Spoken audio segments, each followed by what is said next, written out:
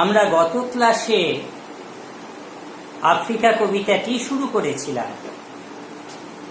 কবিতাটি শুরু করতে গিয়ে এই কবিতাটি সৃষ্টির প্রেরণা এবং সমসাময়িক ইতিহাস সম্পর্কে আমরা আলোচনা করেছিলাম। আজকে আমরা কবিতাটির ভেতরে ঢুকে পড়ব।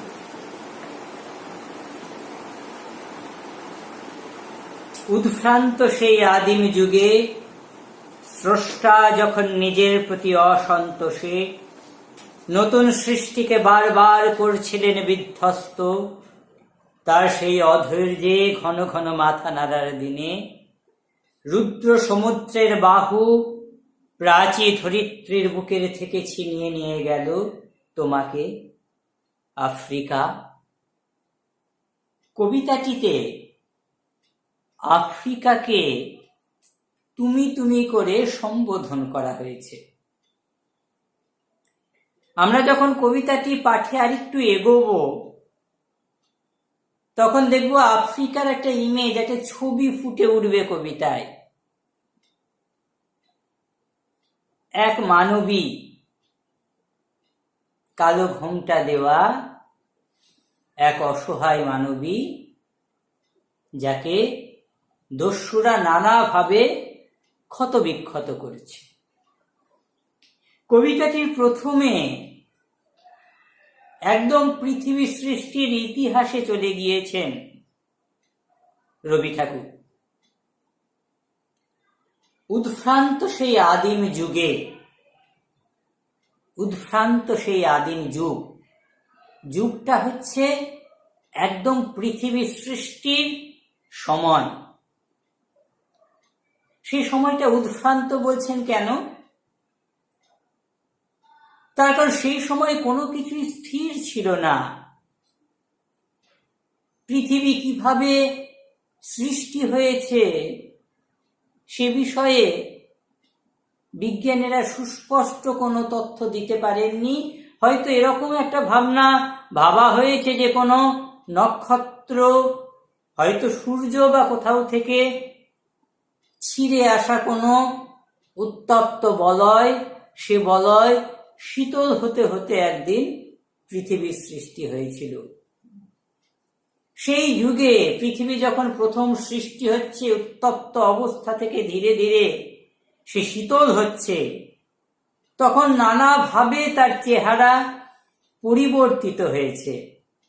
নিজের চেহারা বারবার সে পরিবর্তন ঘটিয়েছে সেই চেহারা। সেই কারণে যেহেতু সময়ে কোনো কিছু নিশ্চিত ছিল না পৃথিবীর চেহারা কি হবে, তাই সময়টা উদ্ভ্রান্ত, যুগটা উদ্ভ্রান্ত। স্রষ্টা যখন নিজের প্রতি অসন্তোষে নতুন সৃষ্টিকে বারবার করছিলেন বিধ্বস্ত। স্রষ্টা বলতে কোনো সর্বশক্তিমান শক্তির কথা বলেননি এখানে। কবিতায় ব্যবহারের জন্য, সাহিত্যিক প্রয়োগের জন্য স্রষ্টা শব্দটি ব্যবহার করেছেন আসলে প্রকৃতি। প্রকৃতির নিয়ম অনুযায়ী তো পৃথিবী সৃষ্টি হয়েছিল। প্রকৃতি এখানে সেই সর্বশক্তিমান শক্তি। সেই প্রকৃতি যখন পৃথিবীকে গঠন করছেন বা পৃথিবী গঠিত হচ্ছে নিজে নিজে, তখন নানানভাবে পৃথিবীর ভূপ্রকৃতির পরিবর্তন ঘটেছে। উত্তপ্ত অবস্থা থেকে যখন শীতল হচ্ছে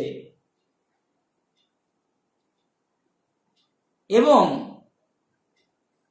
সেই সময় ভূমিকম্প ঘটেছে, সমুদ্র থেকে পাহাড় উত্থিত হয়েছে। আমরা হিমালয় পাহাড়ের গল্প জানি। আবার উঁচু পাহাড় হয়তো কোনো ভূমিকম্পের কারণে তলিয়ে গিয়েছে সমুদ্রের গভীরে। সমুদ্রের অতল গভীরে মাউন্ট এভারেস্টের থেকেও উঁচু উঁচু কোনো শৃঙ্গ মাথা তুলে দাঁড়িয়েছে। এই সমস্ত নানান পরিবর্তন ঘটেছে। কবির সাহিত্যিক কল্পনায় বা কাব্যিক কল্পনায় মনে হচ্ছে যে স্রষ্টা যেন সৃষ্টি করতে গিয়ে নিজের প্রতি সন্তুষ্টি প্রকাশ করতে পারছে না, নিজের সৃষ্টিতে সন্তুষ্ট হচ্ছেন না।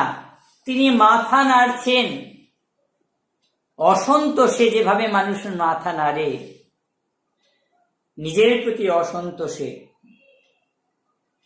সমস্ত বিষয়টাই হচ্ছে শিল্পীর কল্পনা। নতুন সৃষ্টিকে বারবার করছিলেন বিধ্বস্ত। কোনো একটা কিছু গড়ছেন, আবার সেটাকে ভেঙে দিচ্ছেন। অর্থাৎ হয়তো একটা পাহাড় গড়েছেন, সেই পাহাড়ের বুক চিরে হয়তো অন্য কোনো ভূপ্রকৃতির সৃষ্টি হচ্ছে, অথবা সমুদ্র গড়েছেন, সেই সমুদ্রের বুক থেকে পাহাড় সৃষ্টি হচ্ছে। নিজের সৃষ্টিকেই পরিবর্তন ঘটাচ্ছেন তিনি।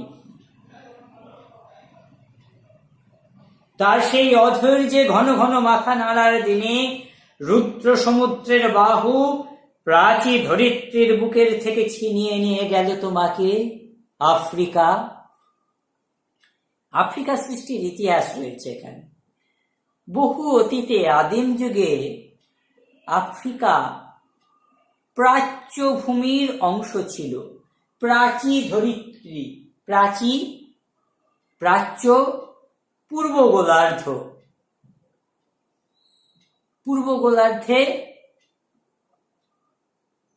আফ্রিকা ছিল, এশিয়া মহাদেশের ভেতরে। পরবর্তীকালে ভূমিকম্প বা অন্য কোনো প্রাকৃতিক বিপর্যয়ে ধীরে ধীরে সেই আফ্রিকা বিচ্ছিন্ন হয়ে আলাদা এলাকায় চলে গিয়ে একটি আলাদা সম্পূর্ণ নতুন মহাদেশে পরিণত হয়। রুদ্র সমুদ্রের বাহু প্রাচী ধরিত্রীর বুকের থেকে ছিনিয়ে নিয়ে গেল তোমাকে আফ্রিকা। কবির কল্পনায় সেই ঘটনাটি কে ঘটাচ্ছে? রুদ্র সমুদ্রের বাহু। রুদ্র মহাদেবের এক মূর্তি। মহাদেবের যে মূর্তিতে ধ্বংস করেন তিনি, সেই মূর্তি হচ্ছে রুদ্র। রুদ্র সমুদ্রের বাহু বলতে সমুদ্র যখন রুষ্ট হচ্ছে, সমুদ্র যখন অসন্তোষ প্রকাশ করছে, সমুদ্র যখন ক্রুদ্ধ হচ্ছে, অর্থাৎ সমুদ্রের বাহু অর্থাৎ হাত বাড়িয়ে কবির কল্পনায় এই ভৌগোলিক ঘটনাকে এইভাবে এখানে উপস্থিত করছেন। রুদ্র সমুদ্র তার বাহু প্রসারিত করে আফ্রিকাকে আমাদের প্রাচ্য ভূমি থেকে তুলিয়ে নিয়ে যাচ্ছেন। রুদ্র সমুদ্রের বাহু প্রাচী ধরিত্রীর বুকের থেকে ছিনিয়ে নিয়ে গেল তোমাকে আফ্রিকা। নিয়ে যাওয়ার পর কোথায় রাখলো আফ্রিকাকে? বাঁধলো তোমাকে বনস্পতির নিবিড় পাহারায়, কৃপণ আলোর অন্তঃপুরে। আমাদের কাছে আফ্রিকা মানে প্রচুর বিপুল একটা অরণ্য, অতিকায় সমস্ত গাছ। আফ্রিকার এই রূপ ছাড়াও আফ্রিকার অরণ্যের কিন্তু নানান রূপ রয়েছে। আফ্রিকায় রয়েছে বিস্তীর্ণ তৃণভূমি। অবশ্যই আফ্রিকায় এক সময়ে প্রচুর গাছের সমাবেশ ছিল, অসংখ্য গাছ ছিল। পরবর্তীকালে গোটা পৃথিবীর মতন আফ্রিকার জঙ্গলও বৃক্ষ শূন্য হয়েছে। কবি সেই ঘন সন্নিবিষ্ট অরণ্যের কথা বলছেন, আফ্রিকার ভয়াল অরণ্যের কথা বলছেন। বাঁধলে তোমাকে বনস্পতির নিবিড় পাহারায়, সেই অতিকায় অতিকায় গাছ, নিবিড় অরণ্য, সেই অরণ্যের পাহারায় আফ্রিকাকে তুলে নিয়ে গিয়ে বেঁধে ফেলা হলো তার পাহারা দিয়ে। কৃপণ আলোর অন্তঃপুরে, কবির কল্পনায় সেই নিবিড় অরণ্য, ঘন সন্নিবিষ্ট গাছ, সে গাছগুলি একটার সঙ্গে একটা এমন জড়াজড়ি করে রয়েছে যে সূর্যালোক সেখানে প্রবেশ করতে ভয় পায়। ভেতরের আলো চুঁইয়ে আসছে ডালপালা ভেদ করে অতি সামান্যই। কবির কল্পনায় কৃপণ আলোর অন্তঃপুরে বেঁধে ফেলা হচ্ছে আফ্রিকাকে। সেখানে নিভৃত অবকাশে তুমি সংগ্রহ করেছিলে দুর্গমের রহস্য। আফ্রিকা মানেই দুর্গমতা। দীর্ঘদিন ধরে সভ্য জগৎ বারবার চেষ্টা করেও আফ্রিকার গহন গভীর এলাকায় পা রাখতে সাহস করেননি। একের পর এক অভিযাত্রী চেষ্টা করেছেন আফ্রিকায় হানা দিতে, আফ্রিকার রহস্যকে উদ্ঘাটিত করতে, আফ্রিকার ভেতরে পৌঁছাতে। আফ্রিকার দুর্গমতা বারবার সভ্য জগৎ থেকে নিজেকে আড়াল করে রেখেছে, নিজেকে আবৃত করে রেখেছে। অসংখ্য অভিযাত্রী প্রাণ হারিয়েছেন। আফ্রিকার জঙ্গল, তার হিংস্র প্রাণী, প্রাকৃতিক বিরূপতা, খালি যে হিংস্র প্রাণী বাঘ সিংহ ইত্যাদি রয়েছে তাই নয়, আফ্রিকার প্রাকৃতিক বিরূপতা মানে ভীষণ দুর্গম প্রকৃতি, পাহাড়, নদী, জঙ্গল সব মিলে ভয়ঙ্কর দুর্গম। সেই দুর্গমতার মধ্যে রহস্য রয়েছে। রহস্য মানে ইংরেজি শব্দটা আমাদের কাছে একটু পরিচিত হচ্ছে ম্যাজিক, এই বলে আমরা রহস্যকে ব্যাখ্যা করতে পারি। অর্থাৎ যুক্তি দিয়ে আমরা যেটার ব্যাখ্যা করতে পারি না খুব সহজেই,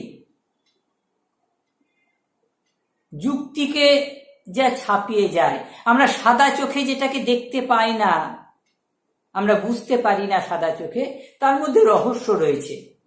আমরা দেখছি এই যে আমাদের সামনে খোলা মাঠ, আকাশ, আমাদের চারপাশে গাছপালা, এগুলোর মধ্যে রহস্য নেই।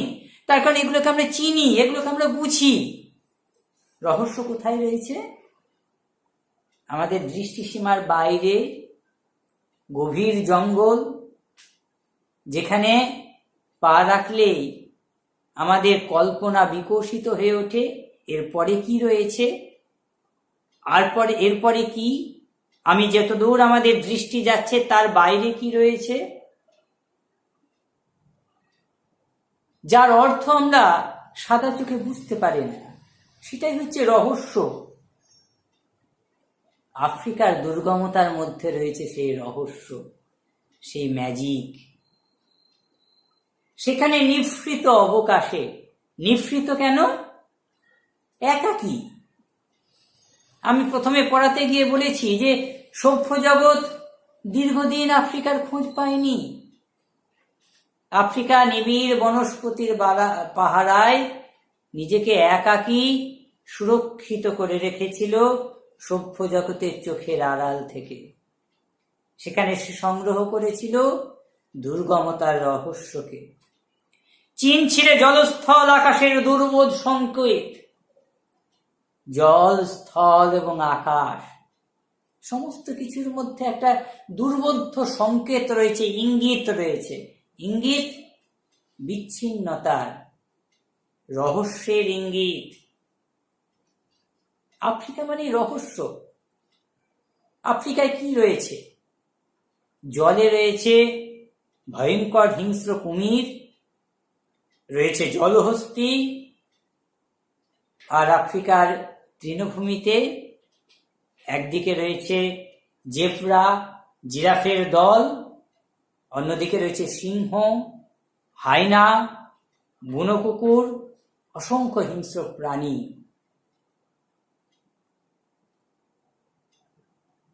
চীন ছিল জলস্থল আকাশের দুর্বোধ সংকেত। জল, স্থল এবং আকাশ সমস্ত কিছুর মধ্যেই একটা দুর্বোধ্য ইঙ্গিত। কিসের ইঙ্গিত সেটা? সেই ম্যাজিক, সেই রহস্যের ইঙ্গিত। প্রকৃতির দৃষ্টি অতীতে জাদু মন্ত্র জাগাচ্ছিল তোমার চেতনাতীত মনে। সে একই কথা বারবার ঘুরে ফিরে আসছে। প্রকৃতির দৃষ্টি অতীতে জাদু। প্রকৃতির দৃষ্টি, প্রকৃতি সাদা চোখে যেগুলোকে দেখতে পায়, যেগুলোকে বোঝাতে পারে মানুষকে, মানুষ যেগুলোকে বুঝতে পারে প্রকৃতিকে দেখে, এই গাছ, এই মাটি, এই আকাশ, এগুলোকে তো আমরা দেখতে পাই। এই বাড়ি ঘর, আমরা চারপাশে যা কিছু দেখছি প্রকৃতি, প্রাকৃতিক সম্পদ, প্রকৃতির অবদান,